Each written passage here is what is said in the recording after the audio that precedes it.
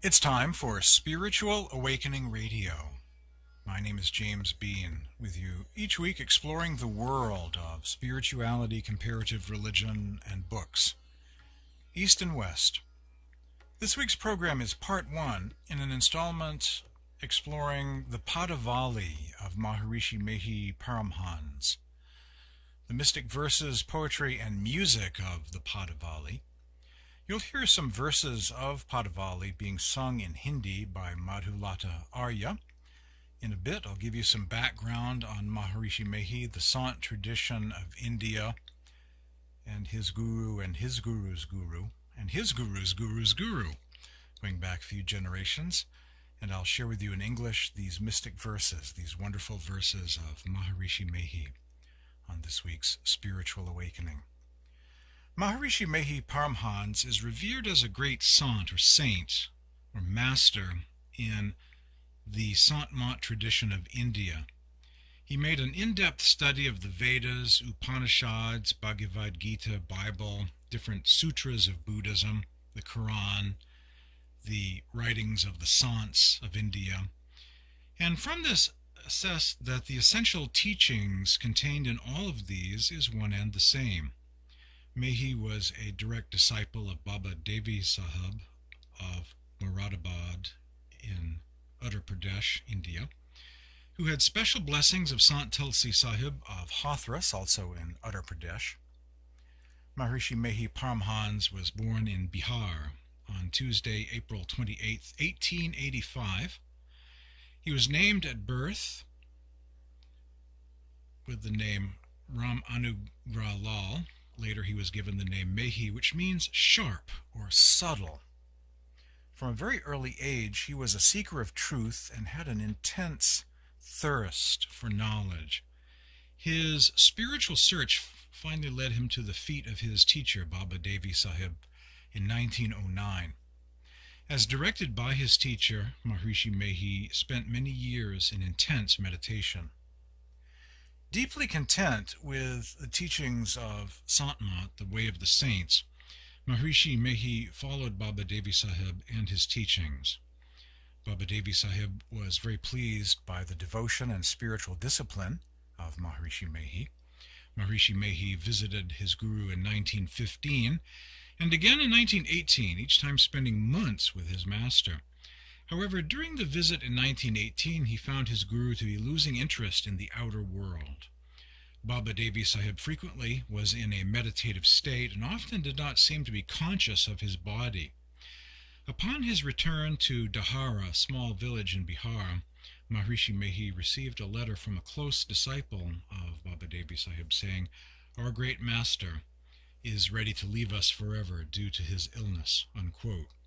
A few days later, he received another letter stating that the great master, Baba Devi Sahib, has left his material body, and that was on January 19th, 1919. The final words of Baba Devi Sahib to his disciples were the following: "This world is illusion. Death and birth are inevitable.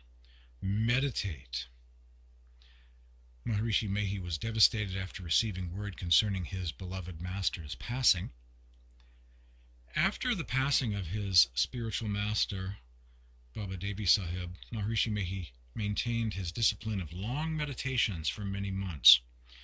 It is said that Lord Buddha did rigorous meditation for the attainment of nirvana. Maharishi Mehi, like Lord Buddha, did intense meditation, staying in a secluded cave near the village of Dahara.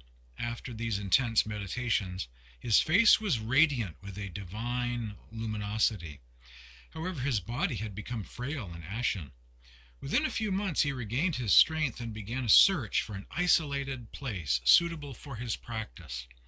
At last, after seeing the caves of Bhagalpur, which are situated on the banks of the holy river Ganges, his heart was delighted. Maharishi Mehi, in the solitude of these caves, practiced intensely the yoga of sound, Surit Shabd yoga meditation.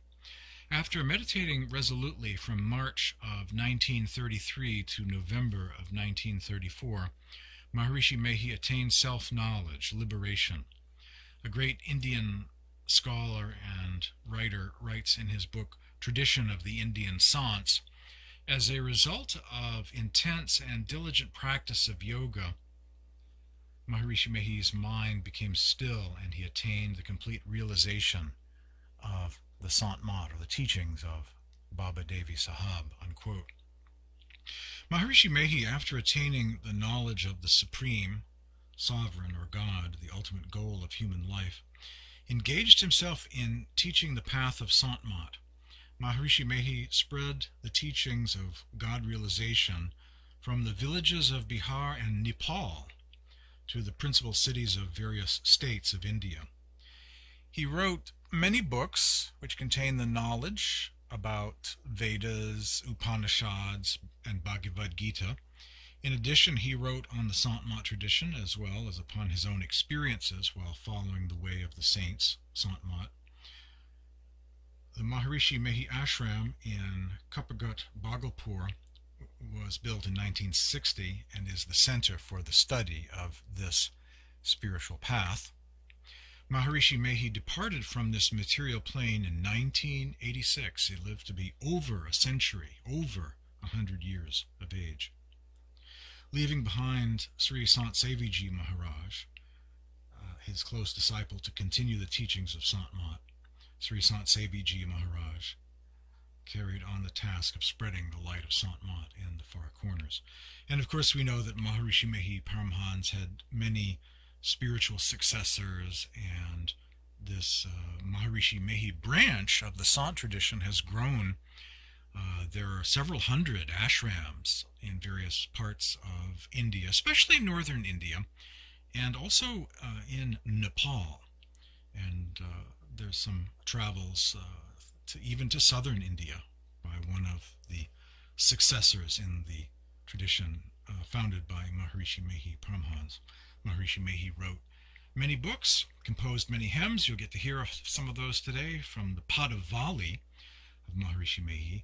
Online is uploaded a book called Philosophy of Liberation by Maharishi Mehi Paramhans, a very deep manual of Sant Mat spirituality, which I certainly highly recommend to anyone, no matter what your path is or what particular master you've taken initiation from, or diksha, into meditation practice. It's a wonderful text or primer about the Sant tradition. And like the name Mehi suggests, it is very sharp, very subtle, very detailed, very precise, with lots of details and information, a complete overview of the Sant tradition of India. Indeed, what a beautiful book. So many books. One of the specialties of Maharishi Mehi was to reconcile Hinduism with the Sant tradition. Other Sants went in other directions, like some Sufi counterparts, very isolated from Hinduism. But Maharishi Mehi actually went in the opposite direction and pointed out the universal teachings. He kind of did in the Hindu tradition what Gnostic masters in the West did with the Old Testament, and that is to find the essence, the spiritual essence of truth, and to focus on it, to focus on the God above God, the esoteric tradition, the subtle teachings, the meditation practice, attaining the divine light and sound, and ascending through the heavenly realms. So he did very much to Hinduism what Gnostics did with Greek teachings, Old Testament, Hermes Trismegistus, in the Western world, to find that gold, the gems embedded in the mud, to focus on the esoteric inner meaning of mysticism and spirituality, the essence, the spiritual essence. And in Maharishi Mehi's writings, he quoted many passages from Hindu scriptures, pointing out the formless God, inner light, inner sound, meditation, ascension through the inner regions. He quoted from many Upanishads, the Bhagavad Gita, finding all of those teachings present in most all of the various Hindu scriptures. I want to share with you a hymn sung by Madhulata Arya, featuring the first hymn of the Padavali.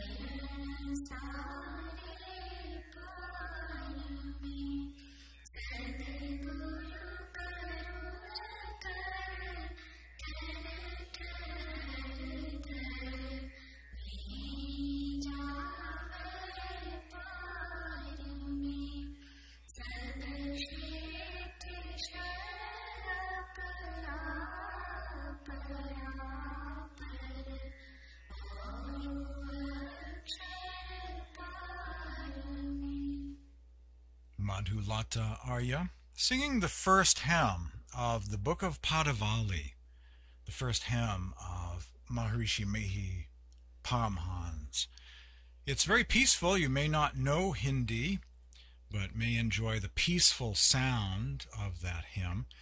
in the background was playing an Indian instrument known as the tambur or tampura. And now for the words of that hymn, Padavali, hymn number 1, on this satsang edition of Spiritual Awakening Radio. The Supreme Sovereign is beyond perishable and imperishable nature. He is beyond conscious and unconscious realms of nature. He is beyond qualified manifest and unqualified manifest. He is beyond truth, falsehood, mind, intellect, words, triad attributes of nature and the 5 senses. He is beyond the law of dynamics. He is beyond all conflicts, beyond all dualism, deceptions, and impairment. He is beyond relativism and the marked identity of knower, known, and knowledge. He is above all actions. He is above time and the maze of the world. He is unique, free from disease, extremely pure and not reclining on the support of any other. The real controller, being boundless, sustaining all. He is beyond you and I and the primal Om. He is beyond the state of existence, knowledge, bliss. Being infinite, he pervades and is all-pervading. But he is beyond that extension as well. Even the golden light that creates billions with their limitations is smaller than the Lord of all, the Lord of the whole universe. Grasping the quintessential sound and bereft of all coverings, come and meet him. May he praise to the Satguru for extending his helping hand, so that he may, with his grace, with his favors, cross the barriers of the world.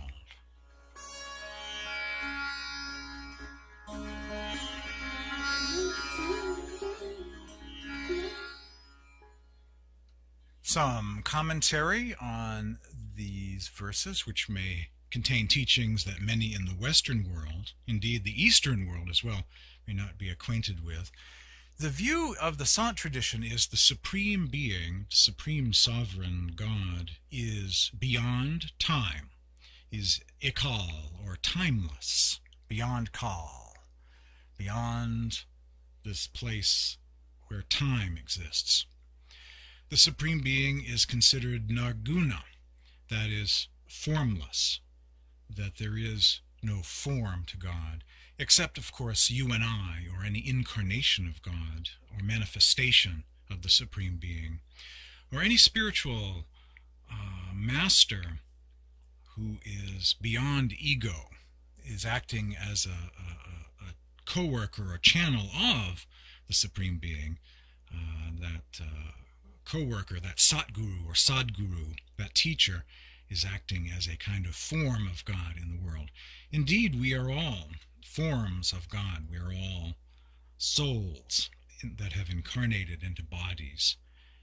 Why doesn't God do anything about it? Well, we are the hands and feet of the Supreme Being in this plane of existence, in this plane of creation. So Nirguna Bhakti is the theology of this school of Sants, the Sant tradition of India. The formless God, love and devotion to the formless Supreme Sovereign God, beyond duality, beyond the world of form, beyond time, beyond space, and yet somehow at the same time within. This is the true essence of life within everything. If you go beyond the coverings, material, astral, causal, mental coverings, at the heart of everything, at the nature of everything, at the heart of everything is the Supreme Being. So within and yet transcendent, beyond this plane of existence. The name of the program is Spiritual Awakening Radio, this week exploring the teachings of Maharshi Mehi Paramhans, the hymns, the mystic verses, the poetry of the Book of Padavali. Stay tuned for more after this break.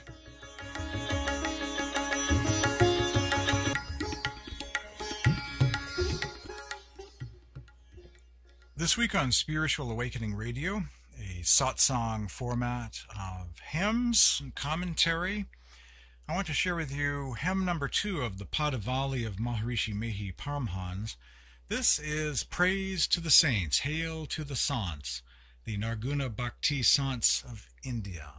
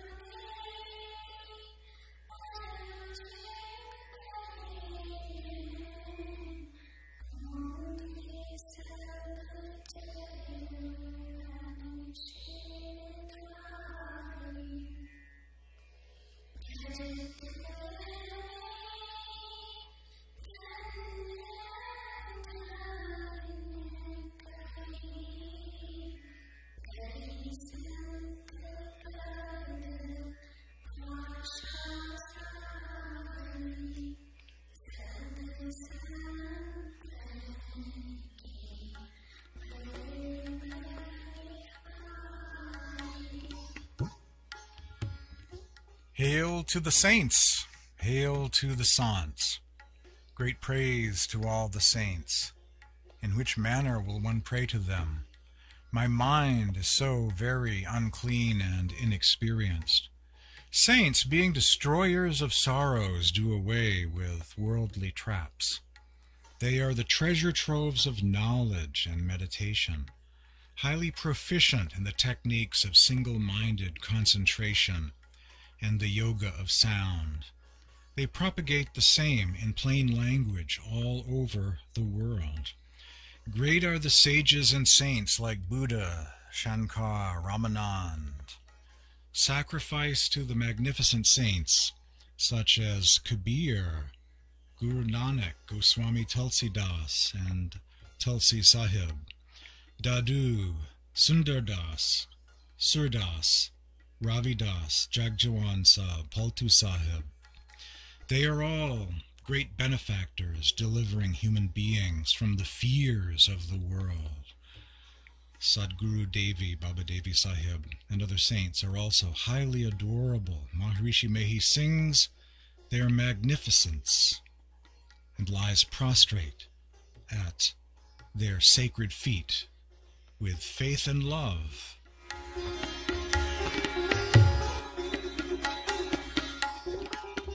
Welcome back to Spiritual Awakening Radio. My name is James Bean, with you every week at this time, exploring the world of spirituality, comparative religion, and books, East and West. This week my focus is the poetry, the mystic verses, the hymns of Maharshi Mehi Paramhans from Padavali, his Padavali. Before the break, I shared with you the second hymn of the Padavali, Hail to the Sants, Hail to the Saints of India. And even listening to the Hindi part being sung, occasionally you would hear the name of a famous sage in the history of India. And so I thought I would share with you a little bit of background on the use of this term, Sant Mat, on the usage of the term Sant Mat and the Sant Tulsi Sahib connection from an article soon to be published. Very much like Buddhism or Sufism are terms used by many to refer to any number of organizations or spiritual paths. Sant Mat is a fairly widely used general term for a certain kind of Eastern spirituality, Gnosticism or mysticism. Even as there are hundreds of Sufi orders and diverse forms of Hinduism, there are millions of people in satsangs, thousands of ashrams, and scores of teachers or organizations in and outside of India that describe themselves with the label Sant Mat. Sant Mat means the teachings or mat of the saints or sages, or path of the masters. In India, it's common knowledge that the term Sant Mat was coined, or at least adapted, by Param Sant Tulsi Sahib of Hathras, India, during the 19th century. Sant Mat was adopted and popularized by Tulsi Sahib as a new name for this spiritual school or genre of mysticism. But the Sant tradition, with its many guru lineages or branches, is a spiritual movement that dates back actually many centuries to ancient India.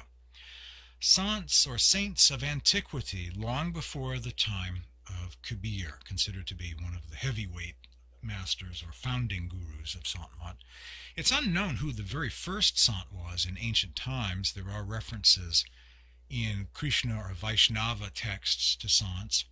A few of the Rishi sages who authored certain Upanishads pertaining to the formless God, inner light and sound meditation, some dating back many centuries BCE, also seem to be at the same level as Sants. In somewhat more recent times, in some circles, Goraknath, a 10th century Nat yogi, is considered to be a Sant. Goraknath did indeed teach Surat Shabd Yoga, the yoga of sound. Otherwise, the first masters formally called Sants that are usually mentioned by most are the 12th century poet Jayadeva, author of the Gita Govinda, which I have on CD, by the way. It's a very beautiful text, which also can be sung, as many world scriptures are. They're music at the same time. You can read them as poetry or psalms. The teacher Jayadeva, author of the Gita Govinda. Also Vishobha Keshar, who was Sant Namdev's spiritual master. Those are some of the earliest officially named Sants, Vishobha Keshar and Jayadeva, author and composer of Gita Govinda. Sant Tulsi Sahib of Hathras, India, was of the opinion that the Sant movement dates back to the time of Krishna, thousands of years ago, that Krishna knew of Sants during his day, the age of the Bhagavad Gita and Upanishads.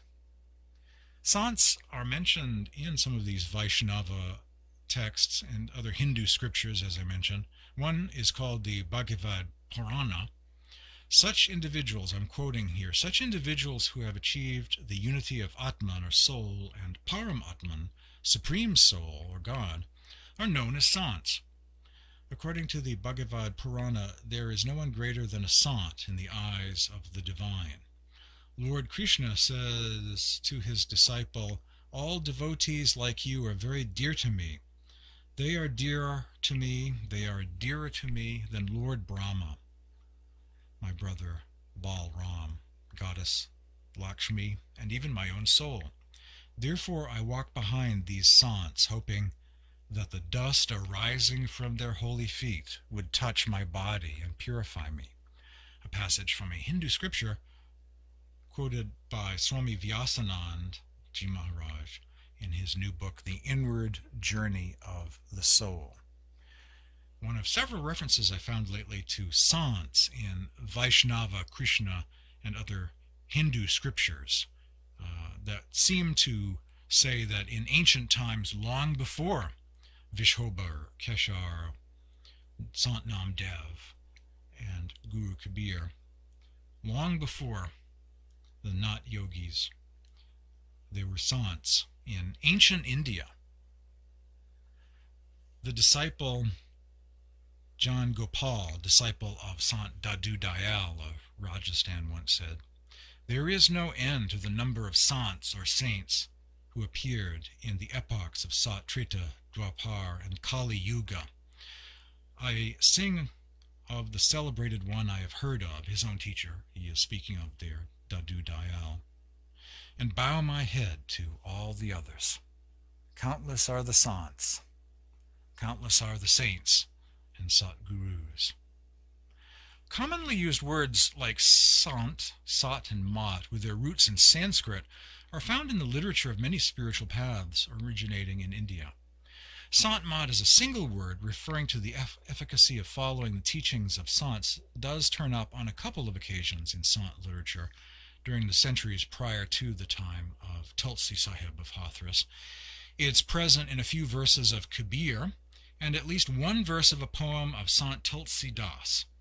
Clearly, however, Sant Mat, as a universal name or label for this school of spirituality or Sant tradition, begins with Tulsi Sahib during the 19th century in Hathras, and now has been embraced by millions of souls in scores of paths based in India who refer to themselves, referring to the teachings that they give as Sant Mat, the teachings of the saints. Coming up after the break, a bit more on this origin of the term Sant Mat and the characteristics of Sant spirituality, meditation, mysticism. The name of the program is Spiritual Awakening Radio. After the break, more. Stay tuned.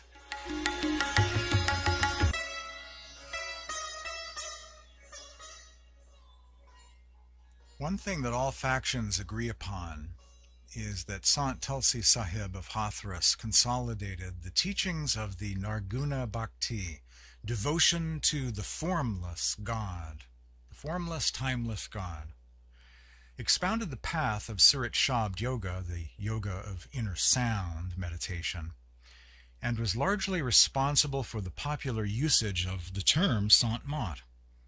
His teachings are embodied in books like Gat Brahmayan, Ratan Segar, and Shabdavali.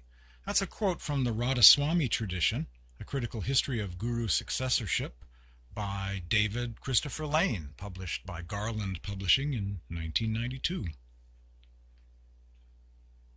And another scholarly quote, Tulsi Sahib, a Sant of Hathras from the 19th century, recognized that Sants drew upon the teachings of other Sant figures as spiritual resources.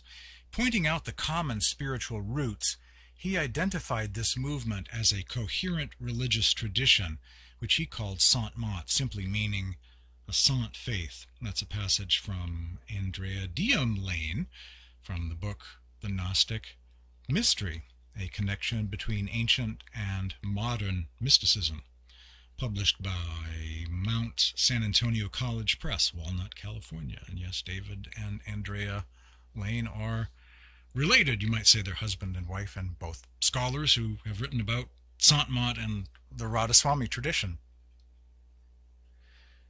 This is from Sant Tulsi Sahib of Hathras, India, the guru of the gurus, the master of the masters, a kind of modern-day Adi Guru or founding guru of all the well-known Sant lineages.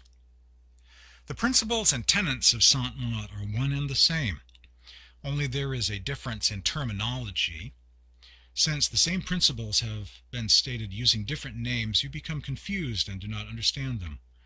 Sat Sahib, that is Sat Purush, the Supreme Being, has been described as Sat Nam, and Sar Shabd, or True Sound, has been called Anam, or Anami. The name Nargun has been given to Narinjan, a formless Lord, and it is the mind which has been called Ram. What Kabir has been said by other saints too, other sants too. Kabir explained Santmat in his own way, other sants in other ways. The religion of all those who have gained access within is one and the same. Those who lack true understanding adhere to dogmas and blind beliefs. Those who have spoken on the basis of inner experiences have sung of the same path for reaching the Supreme Lord. A passage from Sant Tulsi Sahib of Hathras from the book of Ghat Ramayan. Also from Tulsi Sahib, listen, O Pul Das, I have given out the same true secrets which saints like Kabir Sahib, Dadu Sahib, Rai Das or Ravi Das Sahib, Sant Darya Sahib of Bihar, Guru Nanak, and Surdas Ji, Nabaji, and Mirabai have spoken of. They too have composed similar hymns describing the bliss of the highest spiritual region, whose glory I also have sung, blessed by the grace and the dust of the holy feet of Sants. A passage from Sant Tulsi Sahib of Hathras, India, from his spiritual classic known as Ghat Ramayan or Ghat Ramayana, one of many texts of the Sant tradition. Explaining the origin and usage of the term Santmat, how you have this whole galaxy of classic saints of India, and for Tulsi Sahib, he has identified them in their teachings. Inner light and sound, meditation, Surat Shabd, yoga, union with the Supreme Being by being yoked to the sound which emanates from above as a means of transportation to allow souls to reconnect with the Supreme Being by focusing on the sound of the Supreme Being. Om, word, Shabd, let there be, Logos, Tao, song of the Creator, audible life stream. It's also been called the sound current, the Anhad Shabd or Nam, Sar Shabd, Sat Nam, the cosmic divine sound, which takes us back to God again. I want to share with you part of another hymn for a moment or two, and then I'll be back with some final commentary on this week's program.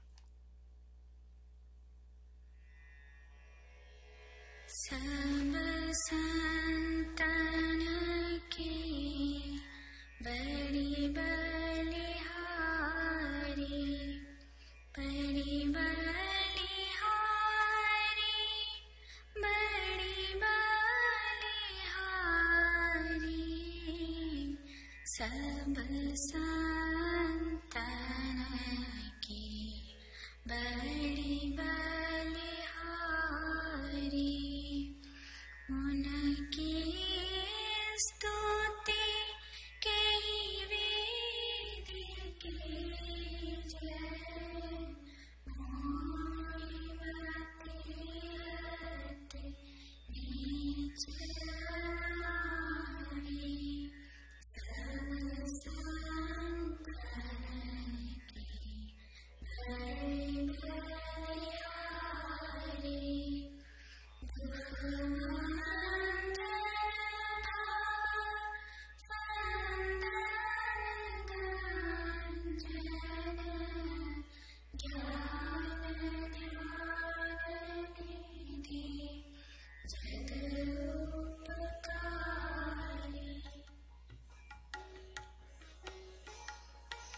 Madhulata Arya, singing verses of Padavali, the Padavali of Maharshi Mehi Paramhans.